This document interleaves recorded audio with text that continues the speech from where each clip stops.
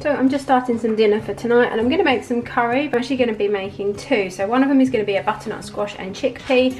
So instead of ovening my butternut, I'm actually going to do it in the air fryer. So I've microwaved it for about 5 minutes, and then pricked the skin, then microwaved it for about 5 minutes, which just makes the skin easier to slice off. And then I've cubed it up and popped it in the air fryer, and I've just added some of this spray coconut oil. I'm going to pop it on the chip setting, which is 20 minutes at 200 degrees. In here I just chopped 2 onions, and I put in some garlic and some of this mild tandoori curry powder, and I cooked that through for a little bit. Then I added, I'm cheating tonight, I added 2 of these jars of sauce from Tesco. One's a butter chicken and one is a tikka masala. And then what I did was I put those in, I put a tin of chopped tomatoes in, and I rinsed out the jars with this coconut and rice milk. So probably about half in each jar, just to get them like cleaned out. Then all that's gone together in one pan. Like I said, I'm making 2 curries, one's going to be chicken. But I wanted the same sauce for both. My mum doesn't eat meat, so that's why I'm doing it separately. So I'm going to let this simmer probably for about 30 minutes or so. And then I'll taste it. I can always add some fresh chilli or some more curry powder or anything that I might think I need. And then I'll fry off the chicken in one pan. My air fried butternut squash will go in another pan with a tin of chickpeas. Then I'll just pour the equal amount of sauce on each and serve it with some boiled rice. I'm going to make our flatbreads that we always make using Greek yogurt and self-raising flour. And I bought some poppadoms, so I will show you a bit later on. So this is our butternut squash and chickpea curry. And then in here, bubbling away, we've got our chicken one. We've got some flatbreads cooking in there. The rice is draining. And then we've got a plate of flatbreads there that I'm just going to reheat slightly. And then I'm going to serve it up. So here it is plated up, and some of us just had the butternut squash curry, some had chicken, and a couple of the boys went for both, and it turned out really, really well, and we all really enjoyed it. Just popped some dinner in the slow cooker. So I've literally just filmed my shopping haul where I bought some pork shoulder cuts reduced. So I put the pork shoulder steaks in my slow cooker with 2 red onions, a packet of this sticky and sweet barbecue rib mix, which came with a little bag, but I don't actually need it because I'm not doing it in the oven. And I've put a little bit of water in there, just a splash, and then I've popped it on high because it's already gone 12 and I want it ready for about 6. So I'm going to put it on high for maybe 3 hours, and then I can always turn it down.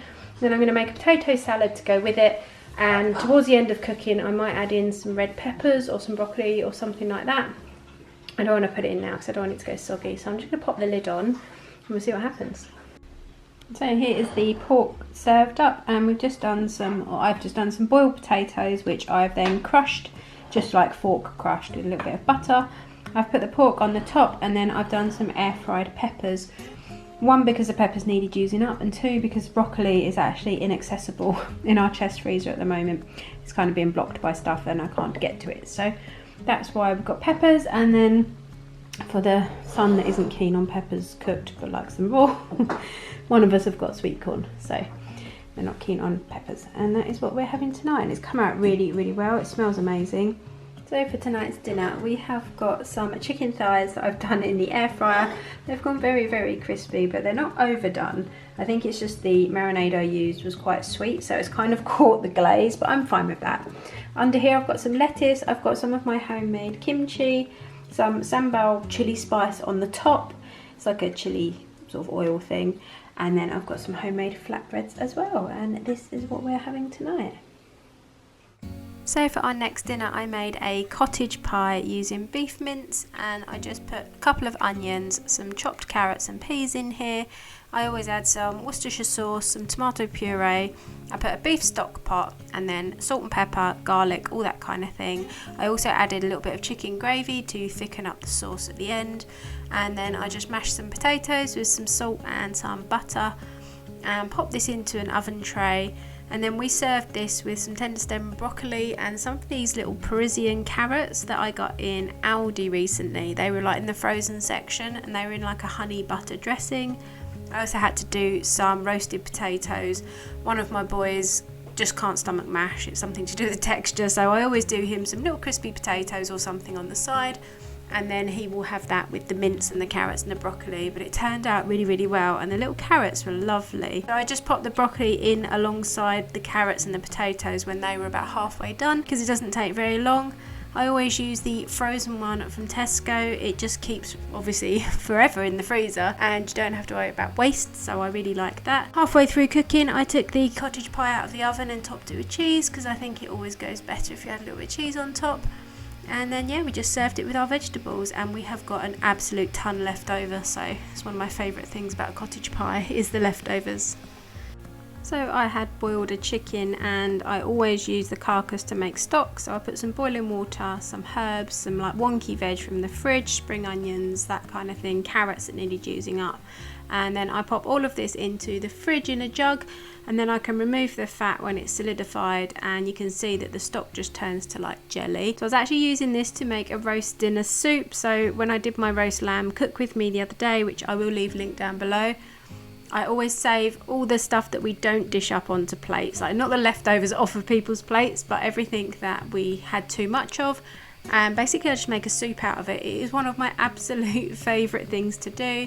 So we had red cabbage, we had broccoli and cauliflower cheese. I put in the last of the roast potatoes, there was some carrots, some of the gravy, and I just cooked it all together with the chicken stock, and then I blitzed it. Once I'd blitzed it, I popped in some chicken that I had left over from the actual carcass, like the whole chicken, and I also added some peas and sweet corn, and it's so nice. It literally is one of the best tasting soups, and I make it every time if I do get leftovers. So it may not be the most appetizing, in fact it's probably the least appetizing thing I've actually put on this channel, but if you have never tried roast dinner soup, you just throw all your leftovers together. I've added some frozen peas and frozen sweet corn and some chicken that I had shredded in the freezer as well, so I popped all that in, and then it's just chicken stock and all the other pieces that I mentioned, and it is just so good. And I've actually got 3 big containers like this plus a mug of it for my lunch. So the last thing I used from my roast dinner leftovers, so I actually managed to get quite a few meals out of one joint of lamb. I decided to make a lamb curry. So I had these 2 plant-based sauces that I got reduced in Sainsbury's, I believe. I think they were about 55p each. One was a korma and one was a tikka, and they had lentils in them. So I put both of those in because I always mix my curry sauces. And then I also added a tin of chickpeas, and I just popped this on low for about 4 hours, and the lamb went melt in the mouth tender. It worked really well, and the chickpeas and the lamb together just had a really nice flavour. I also added a few of my own curry powder, spices and things, because I can never leave anything alone. I think I added some more tikka powder, some salt, some pepper and some cayenne. And then I just served it with boiled rice. I mean, the lamb was tender enough when we roasted it, but when you add it to a sauce and slow cook it, it literally just falls apart, and I love the flavour of lamb curry. So from our lamb we managed to get 5 massive roast dinners, probably about 8 portions of roast dinner soup, and then we had about 7 portions of lamb curry as well, because I added the chickpeas and the sauces with the lentils in, so it stretched a really long way, and I just really love making the most of leftovers. So for this meal I decided to make some pork and fennel meatballs. These are one of our absolute favourites. The flavour of dried fennel goes really well with pork, although I usually try and buy the ready ground fennel, but they only had seeds, so I tried blitzing them up. I really need one of the pestle and mortars, but I tried to blitz them up in my little chopper, and then I found that there were still some quite big seeds, so I used a sieve to get rid of like the bigger parts, and then I basically just add some onion powder, garlic powder, salt and pepper, and loads and loads of fennel seeds into my pork mince, and just roll them into whatever size meatballs you like. Then I heat up a little bit of oil in a pan, get it nice and hot, and just let my meatballs brown off a little bit. So I was going to use these tomato and chilli sauces from Sainsbury's. These are actually really nice, and they're one of the only sauces that I find I don't have to add loads to, and they're not really sweet like some sauces can be. Just pop the sauce on top of the meatballs, let them continue cooking so they're cooked all the way through, and just served it with some pasta, a little bit of grated cheese and some air fried garlic bread. So that is it for this week's video. I really hope you've enjoyed it. Please leave me a thumbs up if you did, and subscribe for more of this kind of content, and I'll be back really soon with another video. Take care guys. Did you make it? Did you break free? Did you manage to be who you wanna be? Maybe somewhere you think about me too.